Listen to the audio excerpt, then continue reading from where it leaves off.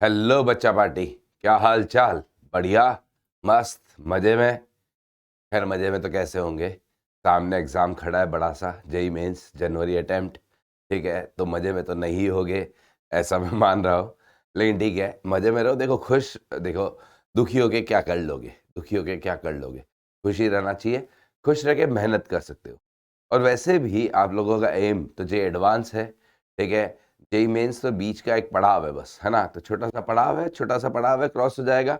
और जरूरी नहीं होता कि अगर जैसे जैसे आपके रेस्पेक्टिव बैच में बहुत सारे बच्चों का सिलेबस हो गया होगा, बहुत अच्छी बात है। बहुत सारे बच्चों का नहीं हुआ होगा, तो जिनका भी नहीं हुआ उन्हें पैनिक नहीं करना है, पैनिक नहीं करना है, बिल्कुल पैनिक नहीं करना। क्योंकि मैंने हमेशा कहता हूँ कि आप 24 आवर्स को 48 आवर्स या 72 आवर्स तो बना नहीं सकते, ठीक है। एक महीने को आप 90 डेज का तो बना नहीं सकते, है ना। तो ऐसा तो कर नहीं सकते, तो जो आप कर सकते हो वही कर सकते हो, ठीक है। तो जो चल रहा है आपका सिलेबस उससे बिल्कुल कंटिन्यू कीजिए, जिनका सिलेबस नहीं हुआ है वो कंटिन्यू कीजिए उसी चीज़ को, और जिनका हो गया है वो रिवीजन कीजिए, ठीक है। पैनिक किसी को नहीं करना है, पैनिक करके कुछ कर भी नहीं लोगे ना, पैनिक करके आप खुद और अपनी परफॉर्मेंस डाउन करोगे।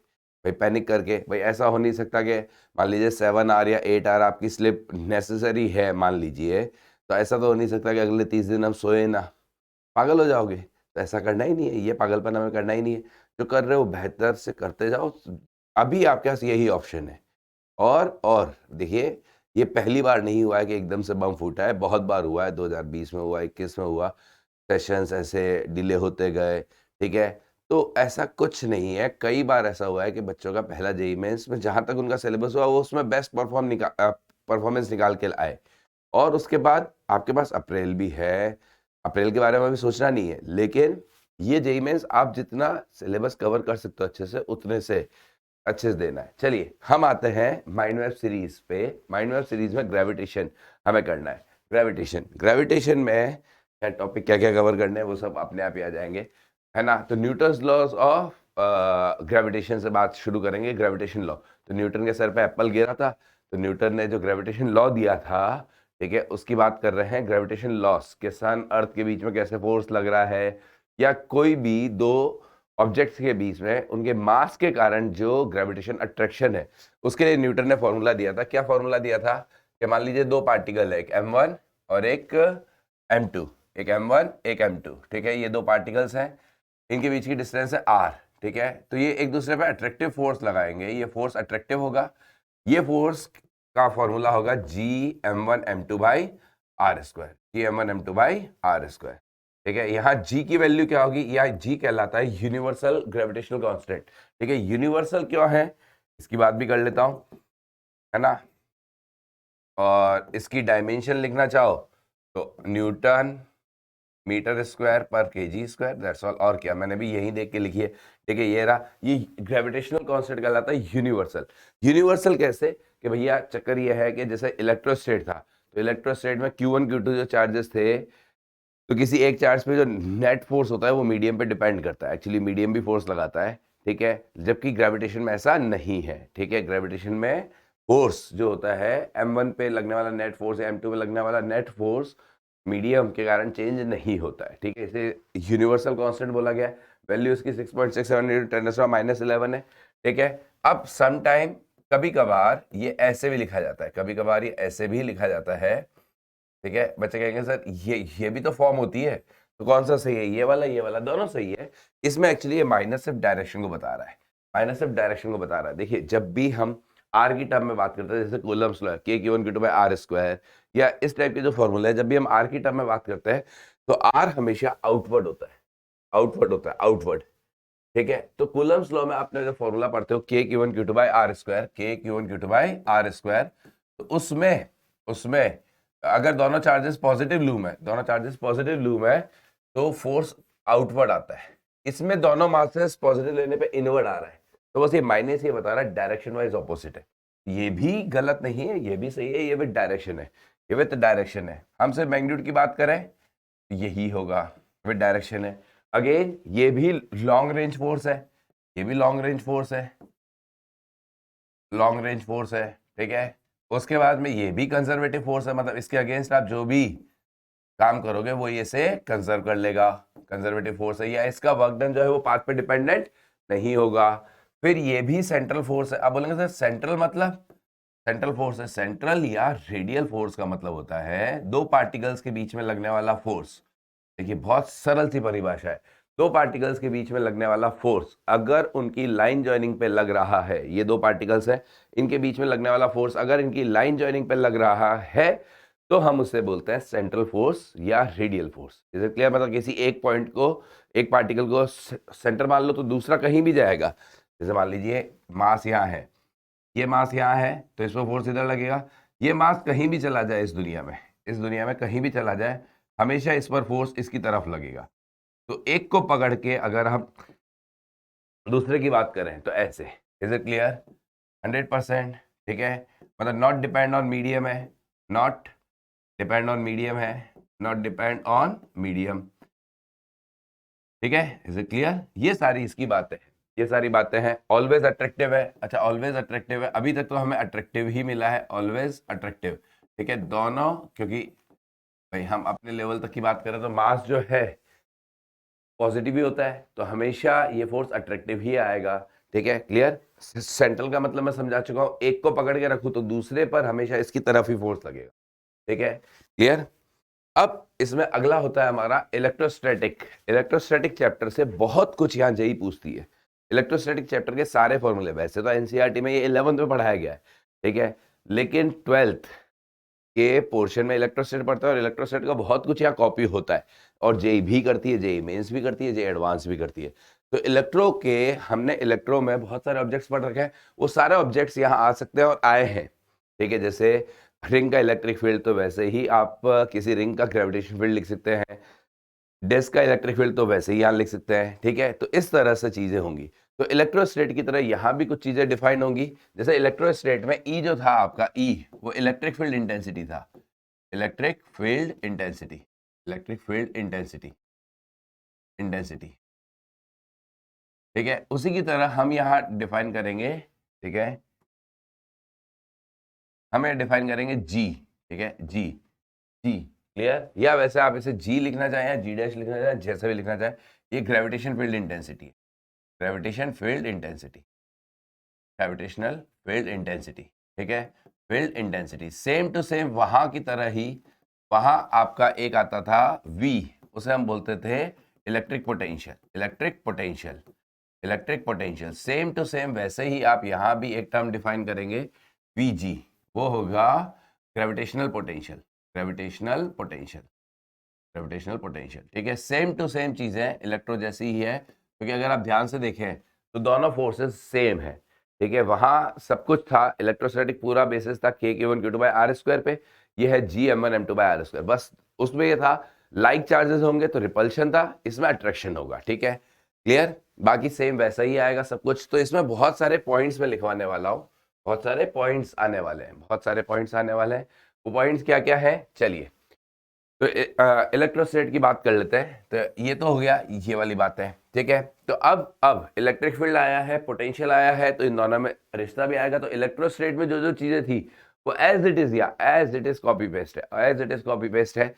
ठीक है, किसको किससे रिप्लेस करना है मैं बता देता हूँ, किसको किससे रिप्लेस करना है।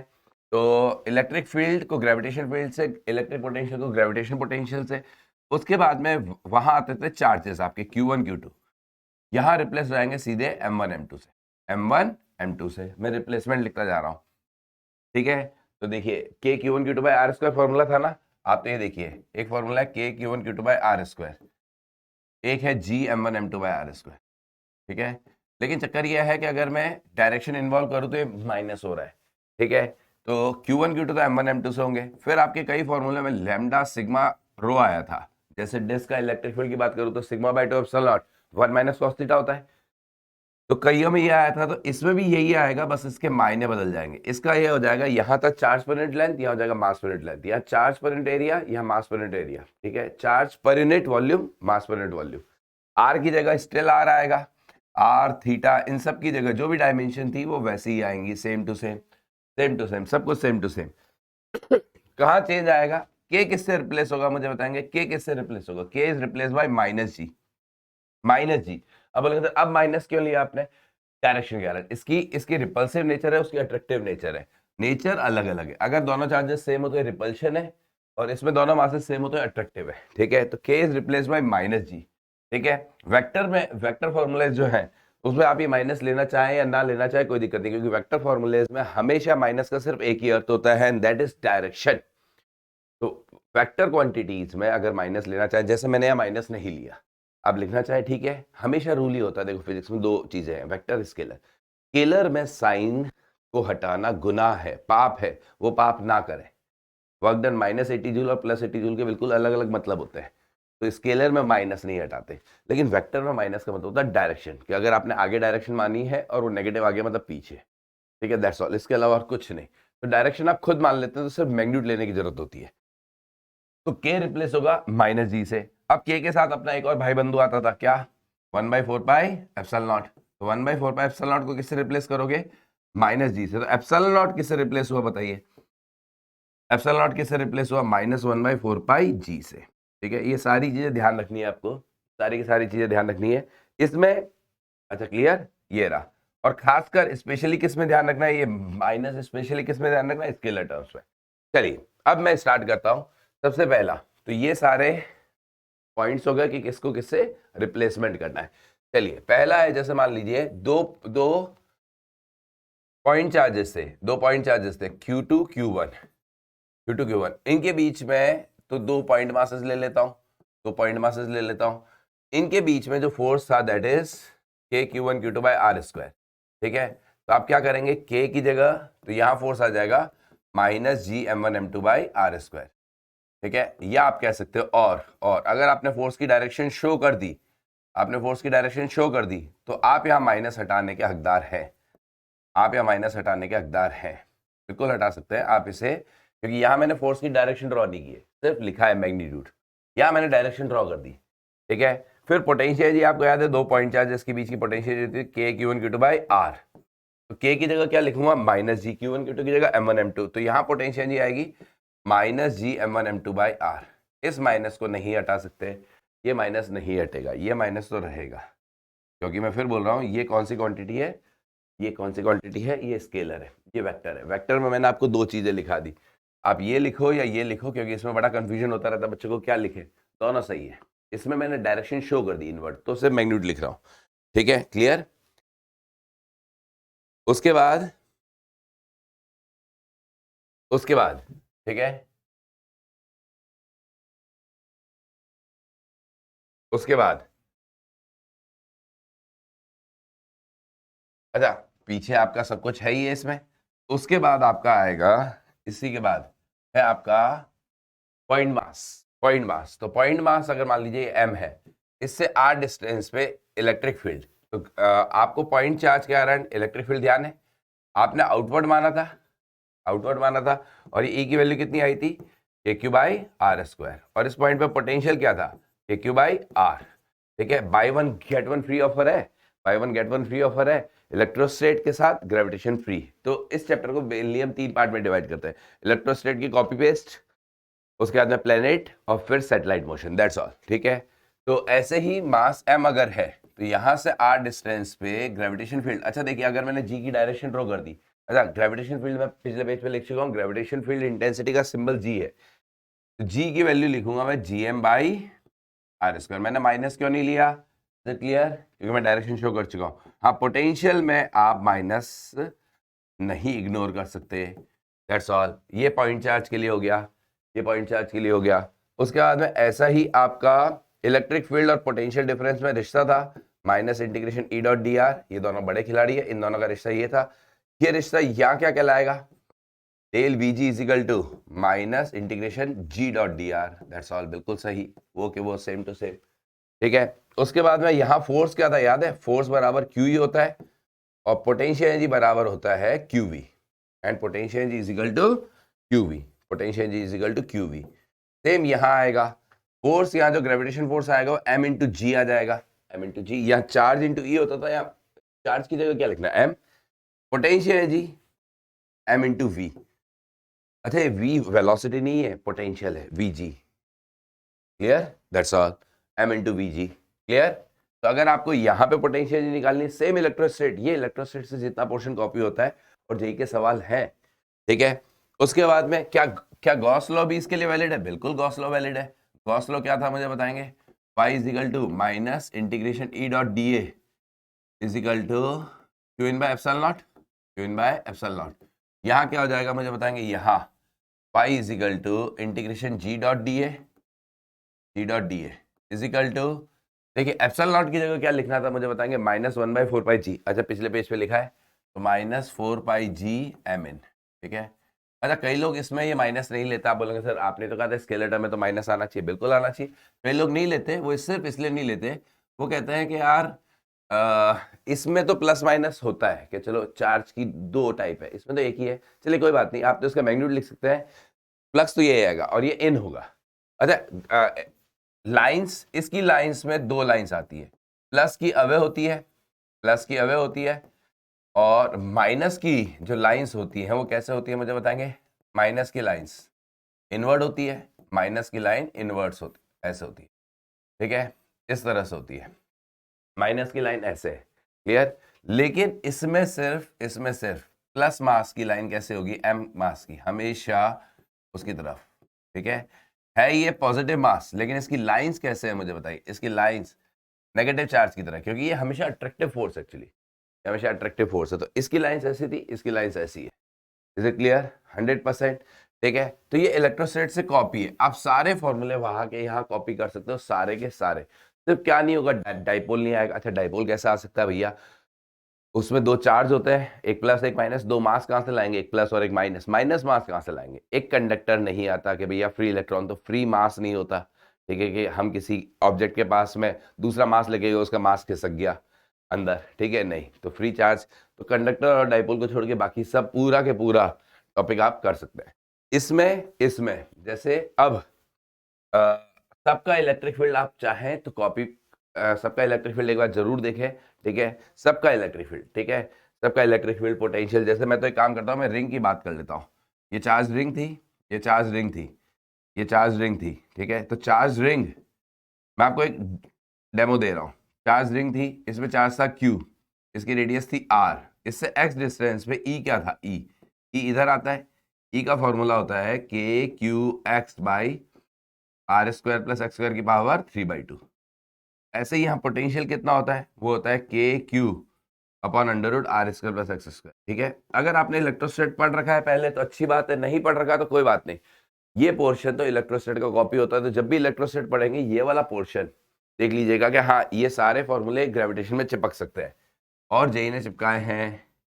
मान लीजिए एक m मास और r रेडियस की रिंग है, उससे x डिस्टेंस पे ग्रेविटेशन फील्ड, पहली बात तो इनवर्ड होगा, ग्रेविटेशन फील्ड हमेशा अट्रैक्टिव होगा जी।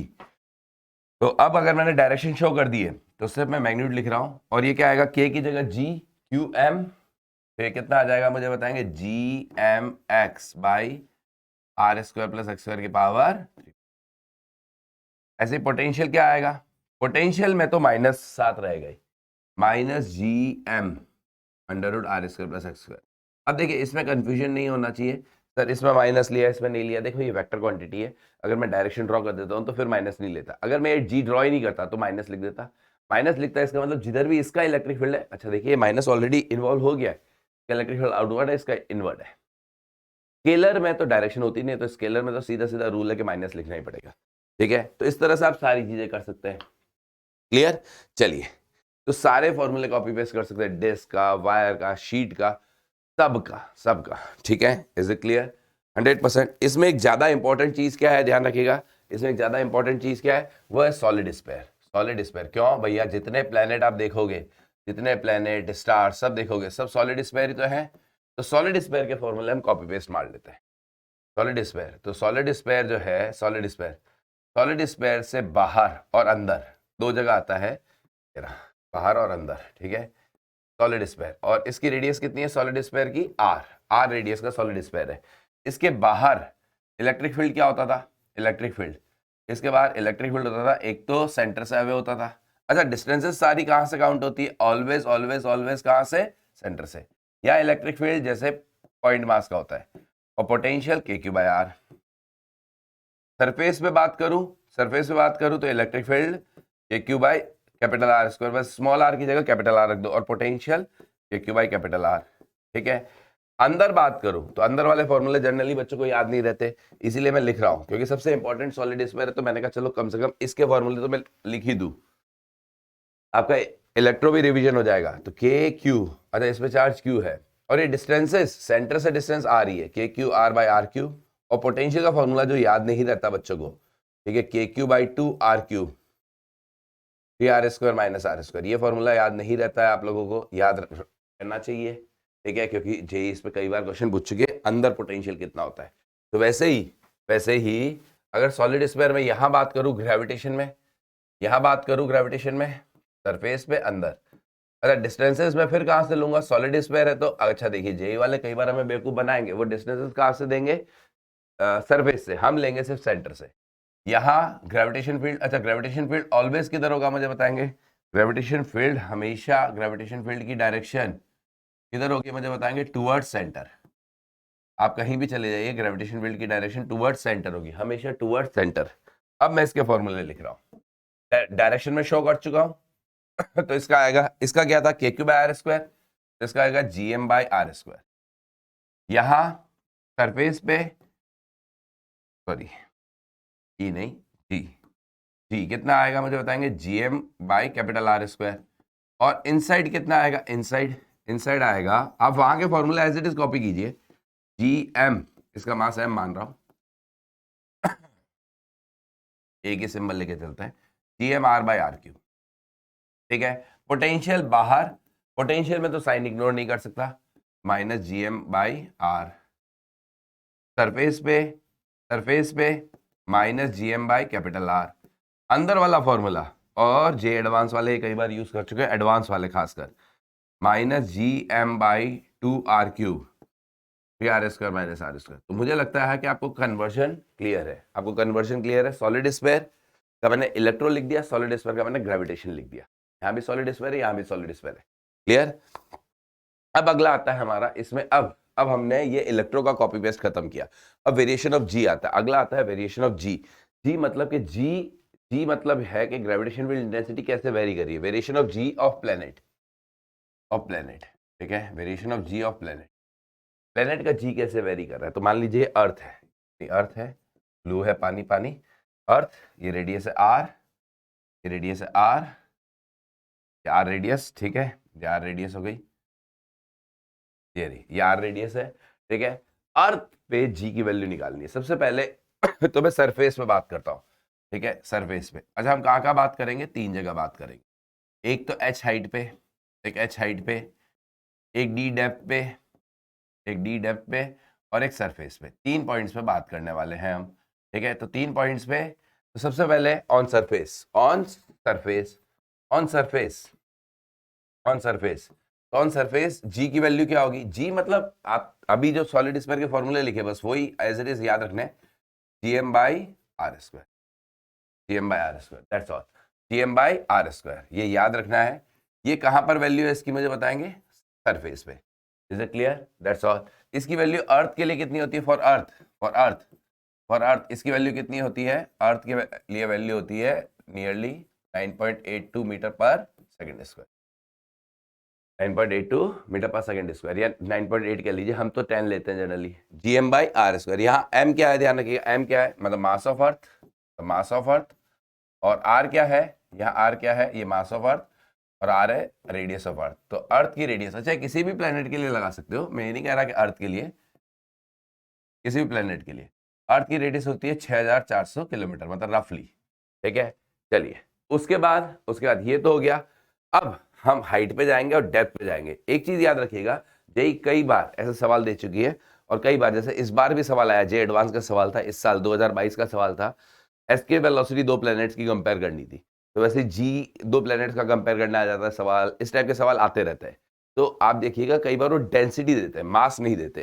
तो एक फॉर्मूला आपके पास हमेशा पॉकेट में होना चाहिए, और जो मेरे हिसाब से बहुत ही लल्लू है, मतलब मास बराबर density into volume, density into 4/3 by R cube, ये फॉर्मूला आपके पॉकेट में होना चाहिए। तो आप इस मास को चाहे तो यहाँ रख भी सकते हैं, ठीक है। तो जी की वैल्यू क्या आ जाएगी मुझे बताएंगे, अगर मैं मास की वैल्यू रख दूं density into 4/3 pi R cube, तो m ये कितना आ जाएगा मुझे बता के 8 नहीं 4 पाई g रो है ना r/3 दैट्स ऑल। लेकिन ये किसकी टर्म में है? रो की टर्म में। Is it clear?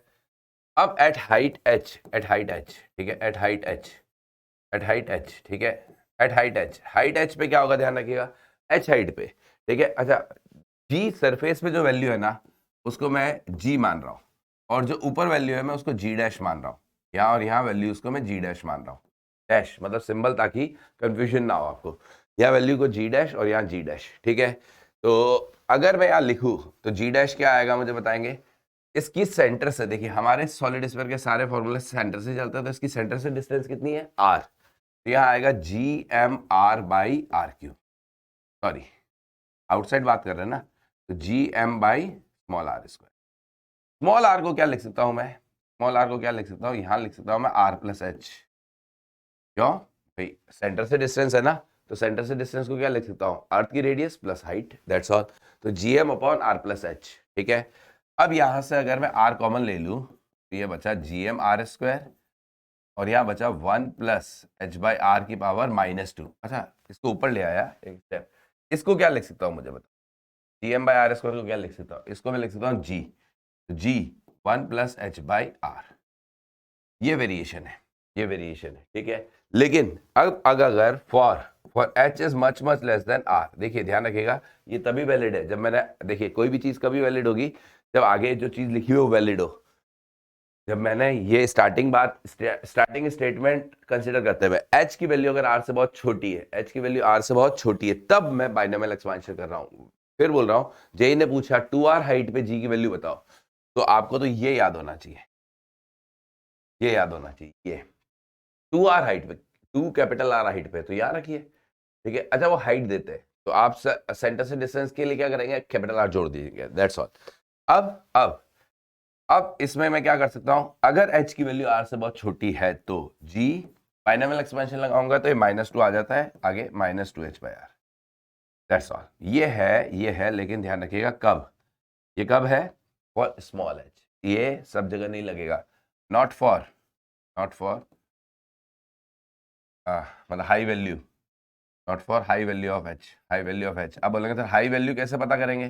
High value मतलब h के कंपैरिजन में बहुत छोटा हो तभी। Is it clear? ठीक है। Eight depth d, D depth पे अगर बात करूं तो देखिए अंदर ग्रेविटेशन फील्ड का फॉर्मूला क्या होगा?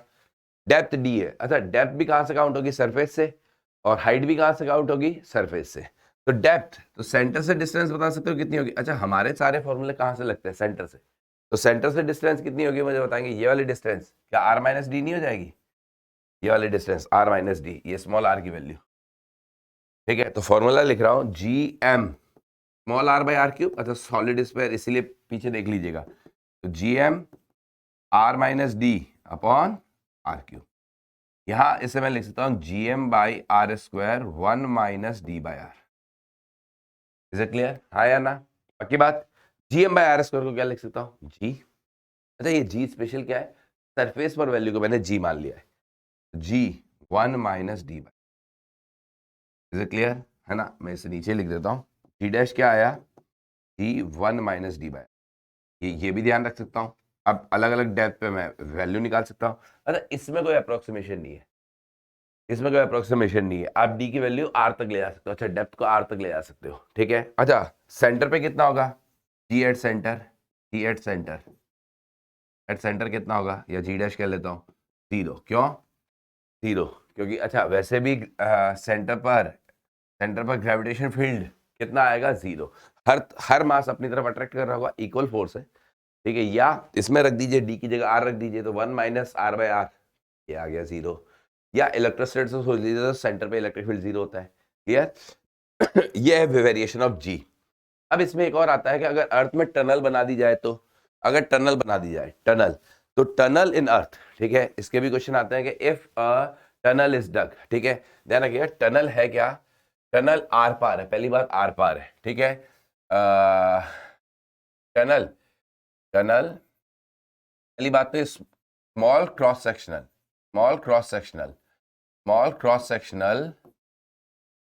स्मूथ टनल है, स्मूथ टनल है और आर पार है, ठीक है। अब बोलेंगे सर ये स्मॉल क्रॉस सेक्शनल क्या होता है? स्मॉल क्रॉस सेक्शन का मतलब क्या होता है?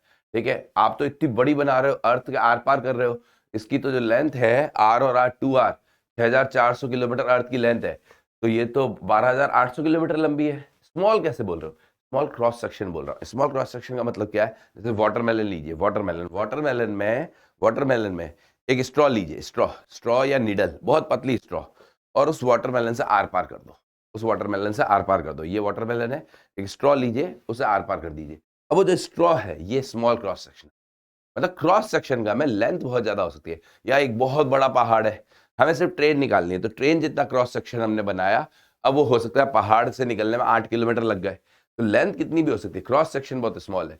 इसका फायदा क्या है? इसका इसका अच्छा बात सोचिएगा, इस डायग्राम से ऐसा मत सोचिएगा कि अर्थ को दो हिस्सों में बांट दिया, एक ऊपर एक नीचे। सिर्फ एक स्ट्रॉ, एक पतली सी स्ट्रॉ ली, अर्थ से आर पार कर दिए।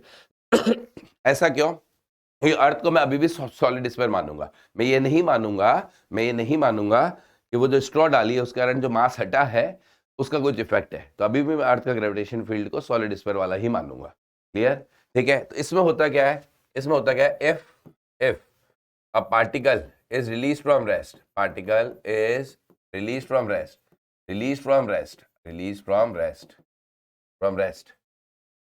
inside tunnel, ठीक है, at distance a from center, ठीक है, then motion of particle is SHM of amplitude A and time period T is equal to 2 pi under root R by G। अच्छा, जब भी अब मैं G लिखूंगा वो सरफेस पर वैल्यू है, ठीक है, ये रहा amplitude A and time period 2 pi under root R by G, और इसकी वैल्यू भी होती है 2 pi under root R by G, इसकी वैल्यू होती है 84.6 मिनट, ठीक है। ये जेई ने एज इट इज सवाल भी पूछ रखे हैं, जेई मेंस में भी पूछ रखे हैं, ठीक है। तो सुनिए है क्या। पहली बात तो अगर अर्थ के आर पार एक स्मॉल क्रॉस सेक्शन की स्मूथ टनल बनाई गई तो, और उसमें किसी एक पार्टिकल को क्या कर दिया गया, छोड़ दिया गया। अच्छा, स्मूथ टनल है, इसका मतलब बताएंगे, अगर टनल स्मूथ है तो कोई फ्रिक्शन नहीं लगेगा, ठीक है। Is it clear? तो यहां मैंने एक पार्टिकल को छोड़ दिया, ये m मास का एक पार्टिकल है, पार्टिकल ही है ना, और ये अपनी अर्थ है भैया, ये अपनी अर्थ है, इसका मास है कैपिटल M, ठीक है। तो अब इस पार्टिकल को छोड़ा, तो एक चीज बताइए, ग्रेविटी किधर खींचेगी, मुझे बताएंगे। ग्रेविटी किधर खींचेगी? ग्रेविटी तो इधर ही खींचेगी, ग्रेविटी तो हमेशा किधर की तरफ खींचेगी, मुझे बताएंगे क्या, सरफेस की तरफ या सेंटर की तरफ? अगर सरफेस की तरफ खींचते तो कभी कुएं में गिरते तो वापस आपको अर्थ ऊपर भेज देती, कि हम तो फोर्स सरफेस की तरफ लगा रहे हैं।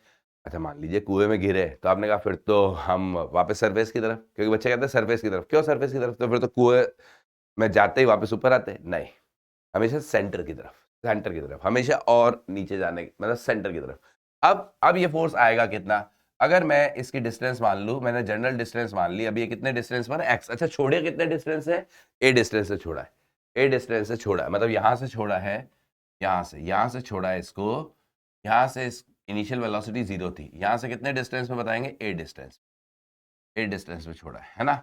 मैंने एक जनरल पॉइंट पे डायग्राम बनाया है, जब ये x डिस्टेंस पे है, तो यहां पर इस पे फोर्स कितना होगा मैं कैलकुलेट कर सकता हूं। यहाँ पे फोर्स क्या आएगा मुझे बताएंगे। यहाँ फोर्स आता है आपका F बराबर mg डैश, जो भी अंदर g की वैल्यू है। g जब भी मैं लिखूंगा तो सरफेस पे वैल्यू होगा, g डैश जब भी लिखूंगा तो मैं कहीं किसी और पॉइंट पे। तो अंदर अभी आपको याद ही है कि g की वैल्यू कितनी थी, g(m(r/r³ ना, x डिस्टेंस भी आएगी, ये रहा। आप ध्यान से देखिए, फोर्स x के प्रोपोर्शनल है और उसकी डायरेक्शन इक्विलिब्रियम की तरफ है, इस तरफ है, तो ये माइनस अपने आप आ जाता है वहां, gmx/r³। तो एक चीज बताइए, ये अच्छा gm/r³ को क्लियर, तो यहां से प्रूव हो गया कि मोशन क्या है, SHM, क्योंकि फोर्स प्रोपोर्शनल टू क्या आया, x। टाइम पीरियड कैसे निकालते हैं, तो टाइम पीरियड होता है 2 pi under root m/k time period, तो यहां से मोशन प्रूव हो जाता है SHM, और टाइम पीरियड होता है 2 pi under root m/k।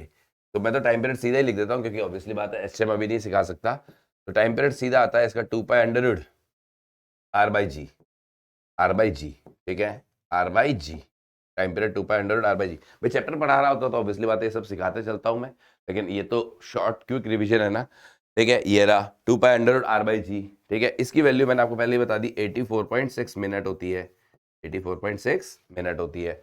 Is it clear? Amplitude, एक चीज बताइए, आपने यहाँ से छोड़ा है, ए डिस्टेंस से छोड़ा है ना, तो ये एनर्जी कंजर्वेशन के हिसाब से ए तक वापस यहाँ जाएगा। अच्छा होगा क्या, होगा क्या, यहाँ से छोड़ा है, यहाँ से छोड़ा है, धीरे धीरे धीरे धीरे स्पीड अप होता जाएगा, और ओ पे जाके, ओ पर जाके इसमें फोर्स 0 होगा। अच्छा ओ तक तो ये सेंटर पे लाने की कोशिश कर रहा है, और सेंटर पे इसकी स्पीड क्या होगी मुझे बताएंगे, सेंटर पे स्पीड क्या होगी मैक्सिमम, यहाँ स्पीड क्या होगी मुझे बताइए, यहाँ इसकी स्पीड क्या आएगी बताएंगे, मैक्सिमम, ये भी मैक्सिमम स्पीड होगी, ये भी मैक्सिमम है, ये मैक्सिमम स्पीड है, ये मैक्सिमम है, ठीक है। और कितनी आएगी है, एचएम का एक फंडा याद होगा, ए ओमेगा, तो मैं भी लिख देता हूँ ए ओमेगा, ठीक है। उसके बाद ये इक्विलिब्रियम को क्रॉस करेगा, और जहां से छोड़ा है उतना ही एनर्जी कंजर्वेशन के हिसाब से उतना ही दूर जाके वापस रुकेगा, या वेलोसिटी 0, फिर ऐसे ए एम्पलीट्यूड से ऑसिलेट करेगा, जहां से आपने छोड़ा है, ए दूरी से छोड़ा है तो ए ही दूर आगे जाएगा। क्लियर? ओमेगा, अच्छा कुछ बच्चों को अगर ओमेगा, वैसे तो ऑब्वियसली बात है इसके क्वेश्चन करने के लिए आपको ये पता होना चाहिए, ओमेगा होगा, ओमेगा 2π/t, 2π/t, तो ये कितना आएगा √g/r, √g/r। Clear? 100%, that's all. अच्छा ये सिर्फ इसके लिए नहीं है, आल्सो अगर ये टनल कहाँ बनाई जाए, अगर ये टनल बनाई जाए कॉर्ड के अलोंग, तो भी सेम आंसर्स है, ठीक है। तो कॉर्ड के along, if tunnel is made along chord, ठीक है, इफ, ध्यान रखिएगा, if tunnel is made, if tunnel is made along chord, made along chord, along chord, then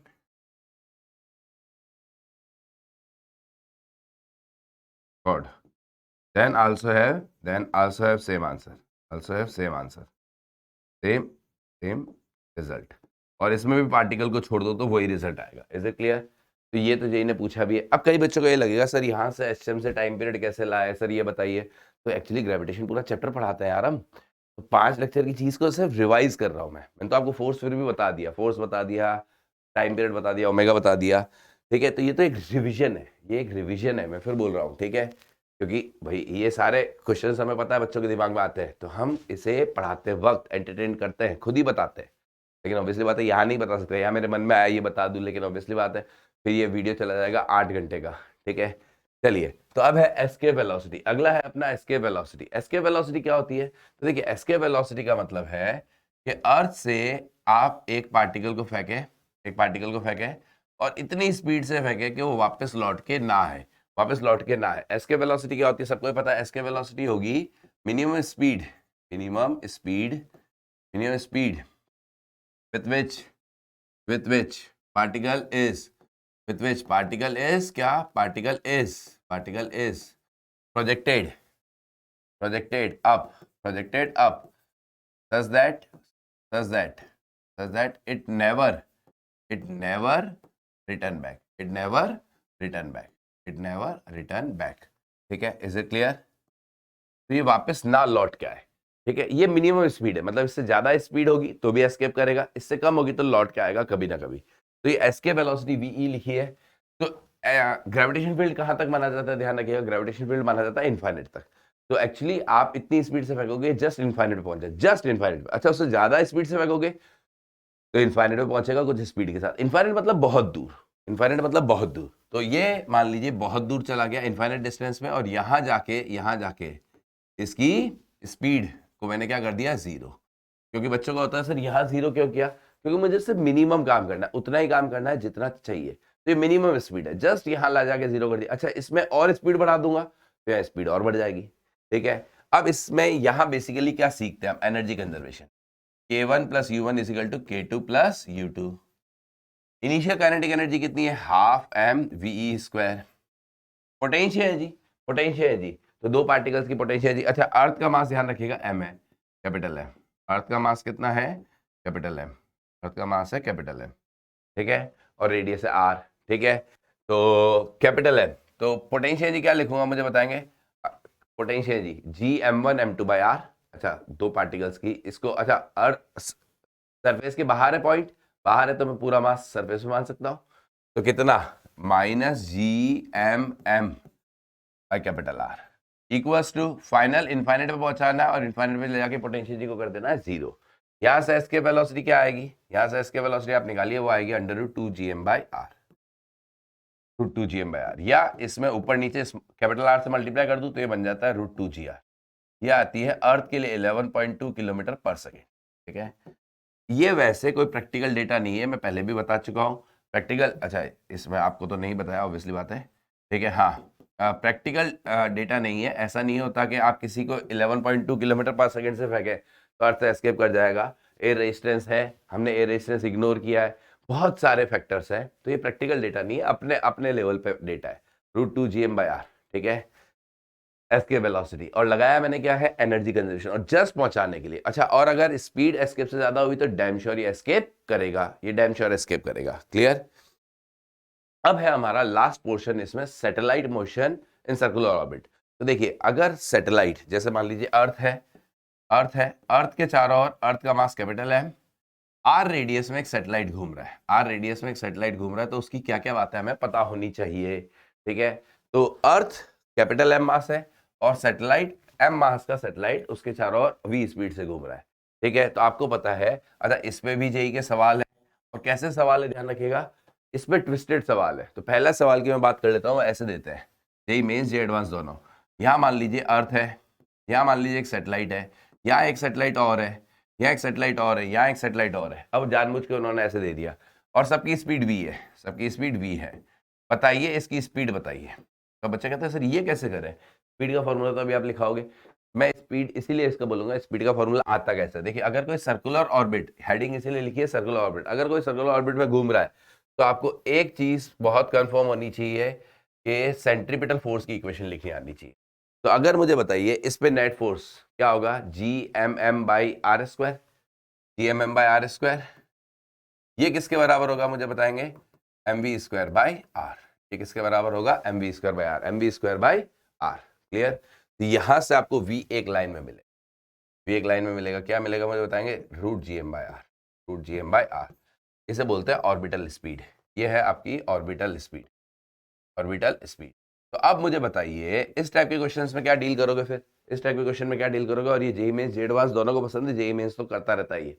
इसकी क्या करोगे? तो इस एम का एफबीडी बनाओगे। एक फोर्स इसने लगाया, एक फोर्स इसने लगाया, एक फोर्स इसने लगाया, एक फोर्स इसने लगाया, एक फोर्स इसने लगाया। नेट फोर्स आप देखेंगे तो इधर ही आएगा, इधर ही आएगा। इस नेट फोर्स को mv²/r के बराबर कर दो। तो इसमें बहुत सारे सवाल बन सकते हैं, बहुत सारे सवाल बन सकते हैं। ट्रायंगल पे दे दिया कई बार उन्होंने, एक सवाल ट्रायंगल पे दिया हुआ है, सबकी स्पीड v है, तो आपका वहां टूल क्या होगा? जो भी नेट फोर्स टूवर्ड सेंटर होगा mv²/r। पहला टूल तो यही है, हाँ या ना? क्लियर? तो इसीलिए इसको डिराइव भी करवाया, सिर्फ फॉर्मूला नहीं लिख रहा मैं सीधा, इसको तो डिराइव भी कर रहा हूँ क्योंकि ये काम आता है। फिर टाइम पीरियड क्या आएगा? टाइम पीरियड, टाइम पीरियड, अच्छा टाइम पीरियड का मतलब है कितनी देर में भाई साहब घूम के वापस अपनी जगह आ जाएंगे। टाइम पीरियड तो चले कितना मुझे पता है, सर्कुलर ऑर्बिट में घूम रहे तो कौन, अच्छा स्पीड फिक्स है ना? स्पीड तो फिक्स है क्योंकि हमेशा डिस्टेंस क्या रह रही है मुझे बताए? Small R. डिस्टेंस क्या रह रही है मुझे बताए? Small R. डिस्टेंस तो फिक्स है, तो स्पीड तो फिक्स हुई, स्पीड तो फिक्स हुई ना। तो 2πr चलना है मुझे कितनी स्पीड से? v, that's all. तो टाइम पीरियड हमेशा ऐसे ही निकलता है, ध्यान रखिएगा। 2πr, इसको डिवाइड कर दीजिए तो r की पावर 3/2 बाई √gm, या इसे कैपलर स्टाइल में लिखते हैं, अभी कैपलर लॉ लेने वाला हूं। तो t² बराबर 4π², दोनों तरफ स्क्वायर कर दिया ताकि रूट वूट हट जाए, Gm/r³ t²। ठीक है, इज इट क्लियर? और जैसे जैसे r बढ़ेगा, as r increases time period increases. ठीक है, जैसे जैसे r स्मॉल r इंक्रीज करेगा, टाइम पीरियड इंक्रीज करेगा। Is it clear? r, अच्छा देख लो, t² प्रोपोर्शनल टू r³ आया ना भाई, t² प्रोपोर्शनल टू r³। ध्यान रखिएगा, अगर मैं सोलर सिस्टम में बात करूं तो as R increases time period increases. Solar system में बात करूं तो सोलर सिस्टम में सोलर सिस्टम में क्या होगा?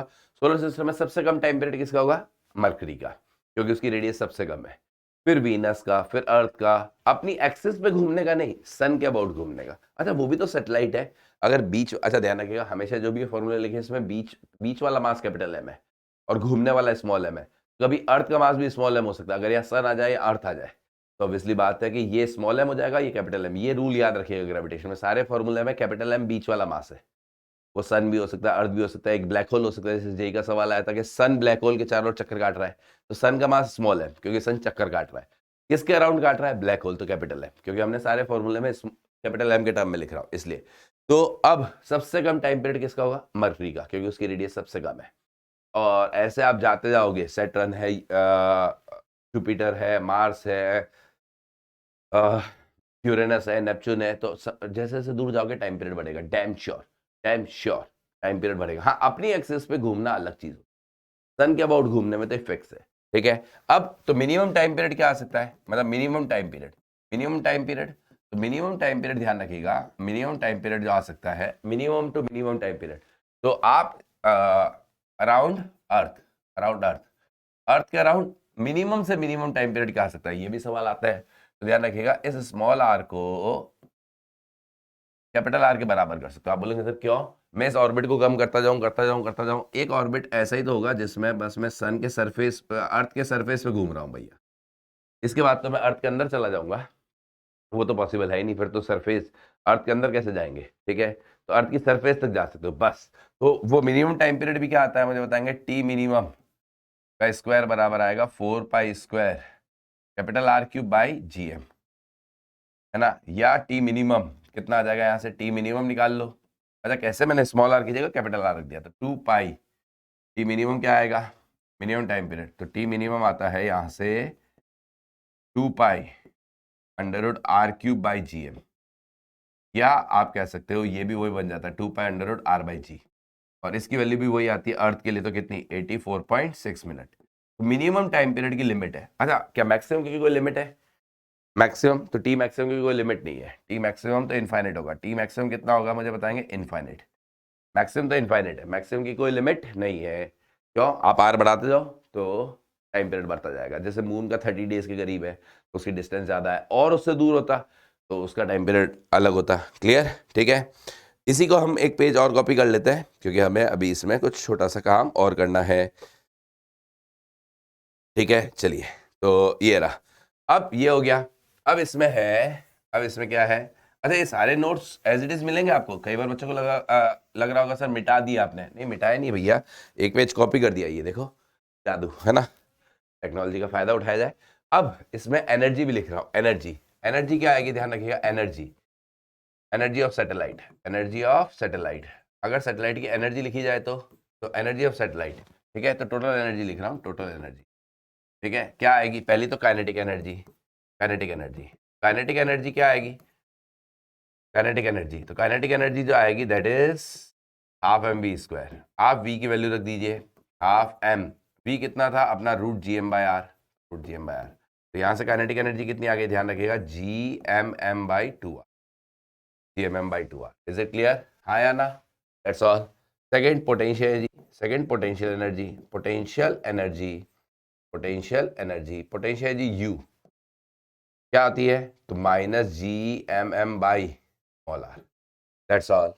टोटल एनर्जी क्या आएगी? टोटल एनर्जी, टोटल एनर्जी आएगी आपकी काइनेटिक प्लस पोटेंशियल। तो काइनेटिक प्लस पोटेंशियल जोड़िए, ये है G M M by 2 R, ये प्लस में है, ये है minus G M M by R, तो टोटल एनर्जी आती है, ध्यान रखिएगा, total energy minus G M M by, इन दोनों को जोड़िए तो 2 R, that's all. Total energy negative है, देखिए वैसे भी टोटल एनर्जी नेगेटिव होती है, उसका मतलब होता है कि सिस्टम बाइंड है, बाइंड है मतलब अभी ये सैटेलाइट छोड़ के नहीं जा रहा अर्थ को।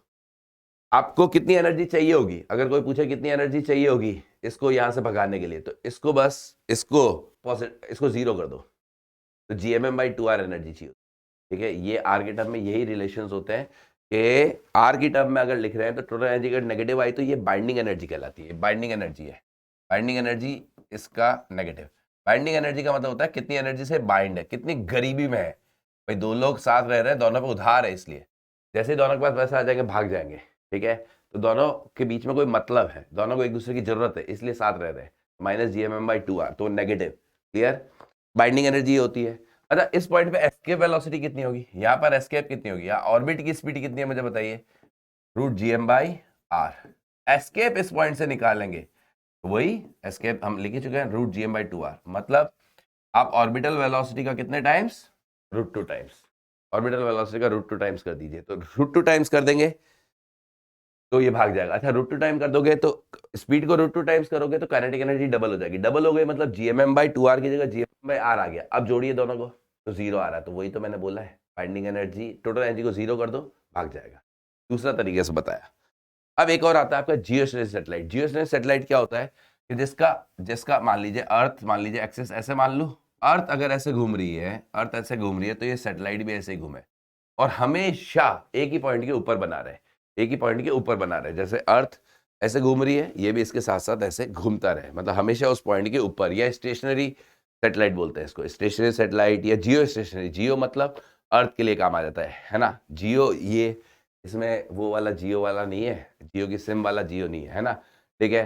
तो इसका अर्थ का टाइम पीरियड और इसका टाइम पीरियड अगर सेम हो जाए, मतलब घूमने का सेम टाइम पीरियड हो जाए, मैं अर्थ को ऊपर से दिखा रहा हूँ तो ऐसे, अगर ये सेम टाइम पीरियड हो जाए, वैसे तो एक्सिस ऐसे नहीं होती, इसकी ओमेगा और इसकी ओमेगा सेम आ जाए, या टाइम पीरियड दोनों का क्या आ जाए, सेम, तो इसे हम बोलते हैं जियोस्टेशनरी सैटेलाइट। तो ये हमेशा जैसे अर्थ घूमेगी वैसे ये घूमेगा। अर्थ 24 घंटे में एक चक्कर लगाएगी, ये सैटेलाइट भी 24 घंटे में एक चक्कर लगा देगा, तो इसे बोलते हैं जियोस्टेशनरी सैटेलाइट। तो इसका टाइम पीरियड क्या हो मुझे बताओ, 24 आवर। इसका टाइम पीरियड हो 24 आवर, 24 आवर्स, ठीक है, अर्थ के बराबर टाइम पीरियड, ठीक है। अब टाइम पीरियड का फॉर्मूला आपको पता है, T² बराबर 4π² r³ था। हमें gm पता है, अर्थ का मास पता है, ठीक है, 4π पता है। अच्छा, कुछ बच्चे बोलेंगे सर मास कैसे पता, स्मॉल जी की वैल्यू याद है, स्मॉल जी ये याद है, ये पता है, ये पता है, तो अर्थ का मास भी यहां से निकाल सकते हो, ठीक है। तो हमें 4π² gm/t² सब पता है। टी कितना है मुझे बताएंगे, 24 आर। तो यहां से जो आर निकल के आता है वो रफली आता है 6.6 आर, 6.6 आर, ठीक है, 6.6 आर। ये लगभग होता है 42,200 किलोमीटर। ये लगभग कितना होता है, 42,200 किलोमीटर। तो क्लियर, ठीक है। तो 6.6 आर, सिर्फ ये एक ही ऑर्बिट होगा, 6.6 आर, जहां टाइम पीरियड, क्यों मैंने आपको कहा था जितना आप दूर जाओगे टाइम पीरियड उतना बढ़ेगा। तो देखिए बताइए, एक फिक्स 24 आवर टाइम पीरियड चाहिए ना, तो वो तो आपको एक फिक्स मतलब रेडियस ऑफ पे ही मिलेगा। तो हम तो यहाँ 24 रख देते हैं, 24 जैसे ही रखते हैं, सॉल्व करते हैं, लगभग 6.6 आर आता है, मतलब 42,200 किलोमीटर। या हाइट कितनी आएगी, और हाइट इसकी अर्थ से हाइट कितनी आएगी, हाइट अगर लिखूंगा तो स्मॉल आर में से कैपिटल आर हटा दूं, 5.6 आर, ये रफली आता है 35,800 kilometre, 35,800 kilometre, 35,800 kilometre. Is it clear, पक्की बात, ठीक है। इसके ऑर्बिट को बोलते हैं पार्किंग ऑर्बिट, इसके ऑर्बिट को बोला जाता है पार्किंग ऑर्बिट। पार्किंग ऑर्बिट क्यों, यहाँ यहाँ आपको क्या नजर आता है, सैटेलाइट हमेशा जैसे जैसे अर्थ घूम रही है वैसे वैसे सैटेलाइट घूम रहा है, तो हमेशा आपको आपको एक ही जगह खड़ा नजर आ रहा है, तो ऐसा लगता है कि सैटेलाइट पार्क हो गया। Is it clear. उसके बाद में सिर्फ ओनली स्टैब्लिश, ओनली इन, ये सिर्फ एक ही जगह हो सकता है, ओनली इन इक्विटोरियल प्लेन, सिर्फ इक्विटोरियल प्लेन में ही हो सकता है, इसके अलावा नहीं हो सकता। जैसे अर्थ है, मान लीजिए अर्थ है, अर्थ ऐसे घूम रही है, अर्थ ऐसे घूम रही है, ये सिर्फ यहाँ स्टेब्लिश हो सकता है, सिर्फ यहाँ। क्यों, एक चीज बताइए, अर्थ और इसकी ओमेगा सेम करनी पड़ेगी, ऐसे नहीं स्टेब्लिश कर सकते आप, ऐसे क्यों, एक चीज बताइए, ऐसे में क्या होगा, इसकी ओमेगा और इसकी ओमेगा तो सेम है, लेकिन ये ओमेगा डिफरेंट है, ये ओमेगा डिफरेंट है, अगर डिफरेंट है, ये ऐसे घूम रहा है भाई और अर्थ ऐसे घूम रही है, ठीक है। तो अर्थ ऐसे घूम रही है, कोई भी प्लेस ऐसे घूम रहा है और आप ऐसे घूम रहे हो, तो बार बार अलग अलग प्लेसेस पे जाओगे। हाँ, एक ही प्लेस पे घूमना है तो ओमेगा सेम होनी चाहिए। Is it clear. तो ये इक्वेटोरियल प्लेन है, ये इक्वेटोरियल प्लेन है, सिर्फ इसी में एस्टेब्लिश हो सकता है बस। ये जियोस्टेशनरी सैटेलाइट, क्लियर, या कम्युनिकेशन सैटेलाइट भी बोलते हैं। फिर आता है आपका last, Kepler law. Kepler law, तो केपलर के 3 नियम क्या थे, केपलर के 3 नियम थे। फर्स्ट लॉ तो क्या था मुझे बताएंगे, फर्स्ट लॉ था क्या था, मतलब law of orbit, law of orbit, law of orbit, law of orbit क्या था कि मतलब मोशन। अच्छा, केपलर ने बहुत स्टडी की थी, केपलर ने बहुत स्टडी की थी प्लैनेट्स की, ठीक है, 20 इयर्स की उनकी रिसर्च थी, वो स्काई को देख देख के एक एक प्लैनेट्स की पोजीशन देखते थे। ठीक है, उन्हीं के डेटा से न्यूटन ने लॉ दिया है ना, ये तो मेरे हिसाब से आपको पता भी है।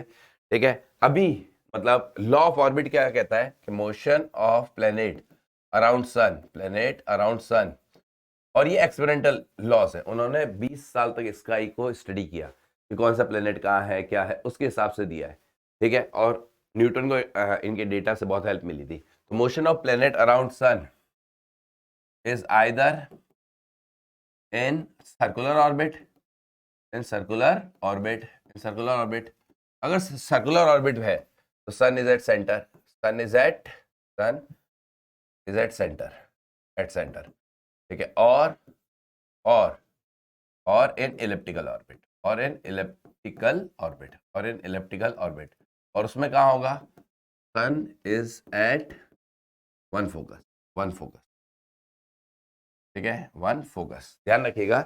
अगर लॉ ऑफ ऑर्बिट ये कहता है कि या फिर तो प्लेनेट का मोशन होगा सर्कुलर, अगर सर्कुलर होगा तो हर पॉइंट पे स्पीड भी सेम होगी, क्योंकि हर पॉइंट पे सन से डिस्टेंस भी तो मतलब सेम ही है, ये स्पीड। ठीक है, या फिर तो सर्कुलर में होगा और सन कहाँ होगा फिर, सेंटर पे, सन कहाँ होगा, सेंटर पे। ये हम ऑलरेडी अभी पढ़ चुके हैं। इसमें मेरे हिसाब से v आप निकाल सकते हो √GM/r।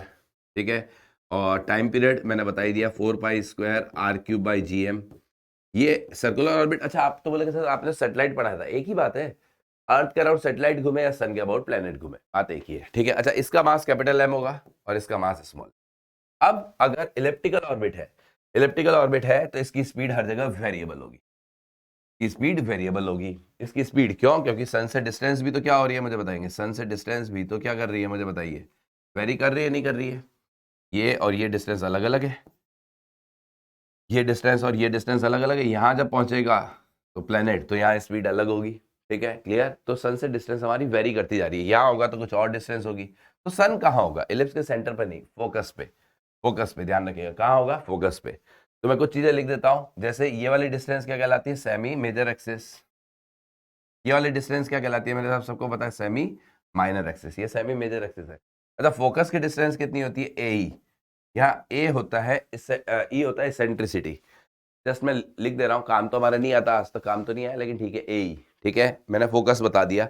अब इसको क्या बोलता है ध्यान रखिएगा, इसको बोलते हैं एपोजी, सॉरी पेरीजी।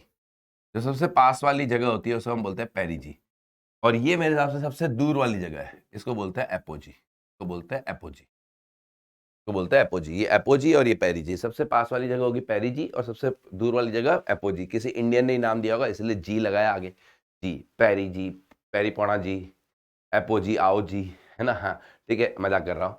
ठीक है, क्लियर। अच्छा, ए है आपकी semi major axis, semi major axis, major axis. ठीक है, सेमी मेजर एक्सेस। अब केपलर ने पहला कहा था या फिर तो सर्कल पे घूमोगे या इलिप्स पे घूमोगे, दैट्स ऑल। अब सेकंड क्या है, सेकंड है आपका law of time period, law of time period. अच्छा, सीक्वेंस कुछ भी हो सकती है, law of time period. Law of time period मतलब वो कह रहे हैं कि अगर अगर प्लेनेट जो है वो सर्कुलर ऑर्बिट में घूम रहे हैं तो उनका जो टाइम पीरियड होगा, time period T² is proportional to r³। ये था लॉ, हम तो पूरा ही लिख देते हैं, T² is equal to 4π² r³/gm। लेकिन ध्यान रखिएगा, इलिप्टिकल के लिए क्या होता है, इलिप्टिकल के लिए भी उन्होंने यही कहा था। ठीक है, मैं वैसे लॉ ऑफ टाइम पीरियड को लैंग्वेज में नहीं लिखा, square of time period is directly proportional to cube of R, या cube of distance between sun and earth, तो सीधे लिख दिया ना, T² प्रोपोर्शनल टू r³, मैंने तो पूरा ही बता दिया। या in elliptical orbit T² is proportional to a³, ये होता है किसके प्रोपोर्शनल, a³। ये लॉ है, ध्यान रखिएगा। यहाँ a इंपॉर्टेंट है, a क्या है मुझे बताएंगे, सेमी मेजर एक्सिस, a ये डिस्टेंस है, a ये डिस्टेंस है। इज इट क्लियर, पक्का। और भी ये लॉ ऑफ टाइम पीरियड हो गया। मैं और भी कुछ बात कर लेता हूँ, एनर्जी की बात में यही कर लेता हूँ। अच्छा, ये उनके उसमें है नहीं, हम बात कर लेते हैं एनर्जी। इसमें क्या होगा, इसमें एनर्जी, टोटल एनर्जी तो कंजर्व है। अच्छा, क्यों, इसमें टोटल एनर्जी कंजर्व है, टोटल एनर्जी तो दोनों में ही कंजर्व है ना, टोटल एनर्जी, टोटल एनर्जी यही लिखता हूँ ना, टोटल एनर्जी इज कंजर्व, दोनों में ही। ये मैं एडिशनल बात कर रहा हूँ। ठीक है, इसमें भी कंजर्व है, इसमें भी कंजर्व है। हाँ, इसमें काइनेटिक एनर्जी भी कांस्टेंट है, कितनी, GMM/2r। और पोटेंशियल एनर्जी क्या है, minus G M M by R. इसमें लोचा क्या है मुझे बताएंगे, इसमें क्या हो रहा है मुझे बताएंगे, ये डिस्टेंस R1, ये डिस्टेंस R2। क्योंकि देखिए अगर चीजें आती है तो हम पूरा ही समझें। यहाँ इसकी स्पीड होगी, ध्यान रखिएगा V1, अभी अगले लॉ में देखने वाले भी है। यहाँ स्पीड होगी V2, ठीक है। तो ध्यान रखिएगा दोनों स्पीड अलग अलग है तो काइनेटिक एनर्जी भी अलग अलग होगी, ठीक है। तो एक काम करता है, अभी तो ये हटा देता हूँ, लॉ ऑफ टाइम पीरियड में रहने देता हूँ, मतलब इसे यहाँ नहीं लिखता, मैं इसे लिखूंगा अगले में, अगले पॉइंट में लिख दूँ, ठीक है। क्लियर। अगला क्या है, अगला है law of areal velocity. Law of areal velocity, law of areal velocity, है ना। यहाँ एरियल वेलोसिटी क्या होती है, ध्यान रखिएगा। एरियल वेलोसिटी, एरियल वेलोसिटी क्या होती है, एरियल वेलोसिटी का पहले मतलब बता देता हूँ। एरियल वेलोसिटी का मतलब होता है, एरियल वेलोसिटी का मतलब होता है rate rate rate of area swipe by line joining sun and planet, और केपलर का लॉ क्या था एरियल वेलोसिटी का, कि areal velocity is constant, is remain constant, is remain constant, ठीक है। सुनो, एरियल वेलोसिटी कहते कैसे है, एरियल वेलोसिटी कहते हैं झाड़ू लगाने की रेट को, ठीक है। झाड़ू लगाने की रेट को, जैसे मान लीजिए कहीं कोई कचरा पड़ा है, हम झाड़ू लगा रहे हैं ऐसे, तो किस रेट से पर सेकंड कितना एरिया पे झाड़ू लगा रहे हैं, वो है एरियल वेलोसिटी, झाड़ू लगाने की रेट है। या गाड़ी का जो मतलब विंडशील्ड होता है, तो वो वहां पर जो वाइपर होता है, मतलब वो किस रेट से पानी को हटा रहे हैं, पानी को साफ कर रहे हैं। झाड़ू लगाना मेरे हिसाब से समझ गए, टेबल पे हाथ रख के ऐसे साफ करो तो कितना एरिया आपने साफ कर दिया पर सेकेंड। तो अभी यहाँ कौन झाड़ू लगाएगा, ध्यान रखिएगा, यहाँ झाड़ू लगाएगा कौन, यहाँ झाड़ू लगाएगा सन और अर्थ की लाइन ज्वाइनिंग, सन और अर्थ की लाइन ज्वाइनिंग, सन और अर्थ की लाइन ज्वाइनिंग। ये रहा, ये जिस रेट से झाड़ू लगा रहे हैं ना, ये जिस रेट से झाड़ू लगा रहे हैं, ये रेट हमेशा कांस्टेंट होगी। तो अब आपके मन में ये आएगा कि सर ये तो गलत बात है, ऐसे थोड़ी ना होता है। क्यों, क्योंकि मान लीजिए यहाँ और यहाँ, मैं ऐसे बात कर लेता हूँ, ये सन यहाँ से यहाँ तक गया, यहाँ एक चीज बताइए, यहाँ तो डिस्टेंस कम है ना, यहाँ तो डिस्टेंस कम है, तो यहाँ झाड़ू लगाने की रेट कम होगी ना। नहीं, ऐसा नहीं है। उन्होंने कहा कि भैया झाड़ू तो आप कांस्टेंट रेट से ही लगाओगे, ठीक है, कांस्टेंट रेट से ही झाड़ू लगेगा, ठीक है। उसमें बस ये होगा, यहाँ आपकी स्पीड, या आपकी आर ज्यादा है ना, ये V1 है, ये R1 है, ये R2 है डिस्टेंस, और यहाँ स्पीड क्या है V2। तो उन्होंने कहा है कि R1 तो ये V1 ज्यादा होगा, नहीं ये V1 कम होगा। As R1 is greater than R2 implies V1 is less than V2। मतलब यहाँ स्पीड कम होगी तो मतलब ये एंगल कम बनाएगा, यहाँ जब ये पहुंचेगा तो एंगल ज्यादा बनाएगा। आर कम है तो जैसे ऐसे लंबा झाड़ू है तो हम धीरे धीरे लगा रहे हैं, पतला झाड़ू है तो तेज लगा रहे हैं, है ना, समझ गए। ठीक है, तो झाड़ू लगाने की रेट जो एरिया होगा वो कांस्टेंट होगा, दैट्स ऑल। और किसका, line joining of sun and earth, ठीक है। तो मैंने एरियल वेलोसिटी लिख दिया, rate of area swipe by line joining sun and planet, किस रेट से आप झाड़ू लगा रहे हो, ठीक है। क्लियर, मिनट, ठीक है, पक्की बात 100%। अच्छा, इसमें तो कांस्टेंट ही दिख रही है, इसमें तो कांस्टेंट ही दिख रही है, क्यों, क्योंकि इसकी हर जगह स्पीड क्या है मुझे बताइए, इसकी हर जगह स्पीड क्या है, कांस्टेंट, स्पीड कांस्टेंट है। इसमें तो v कांस्टेंट है, इसमें कोई लोचा नहीं है, लोचा है यहाँ। तो एक्चुअली da/dt आता किसके बराबर है, ध्यान रखिएगा, मैं डिराइव नहीं कर रहा क्योंकि हमें हमारा समय नहीं है। da/dt आता है L/2m या VR/2, ये याद रखिएगा। da/dt किसके बराबर आता है, यहाँ L क्या, ध्यान रखिएगा, angular momentum, angular momentum of planet with respect to sun, ठीक है। एंगुलर मोमेंटम ऐसे होता है mvr, ठीक है।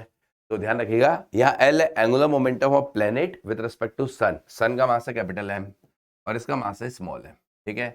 क्लियर। तो angular momentum of planet with respect to sun, ये डिराइव करते हैं L/2m आता है या VR/2 आता है। तो एक्चुअली केपलर ने कहा था कि VR/2 कांस्टेंट होगा।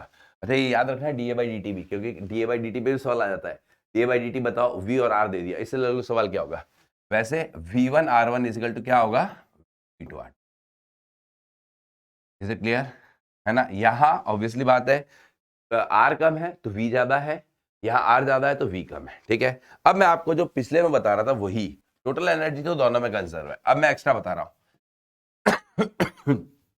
टोटल एनर्जी इज कंजर्व इसमें भी और उसमें भी, लेकिन इसमें क्या है, टोटल एनर्जी कंजर्व्ड है, इसमें क्या है कि काइनेटिक भी कांस्टेंट है और पोटेंशियल भी कांस्टेंट है। इसकी काइनेटिक फिक्स है G M M by 2r, और पोटेंशियल फिक्स है minus G M M by R, ये चेंज ही नहीं हो रही है, ठीक है, कांस्टेंट है। लेकिन इसमें क्या हो रहा है कि स्पीड चेंज हो रही है, तो काइनेटिक और पोटेंशियल आपस में कन्वर्ट हो रहे हैं।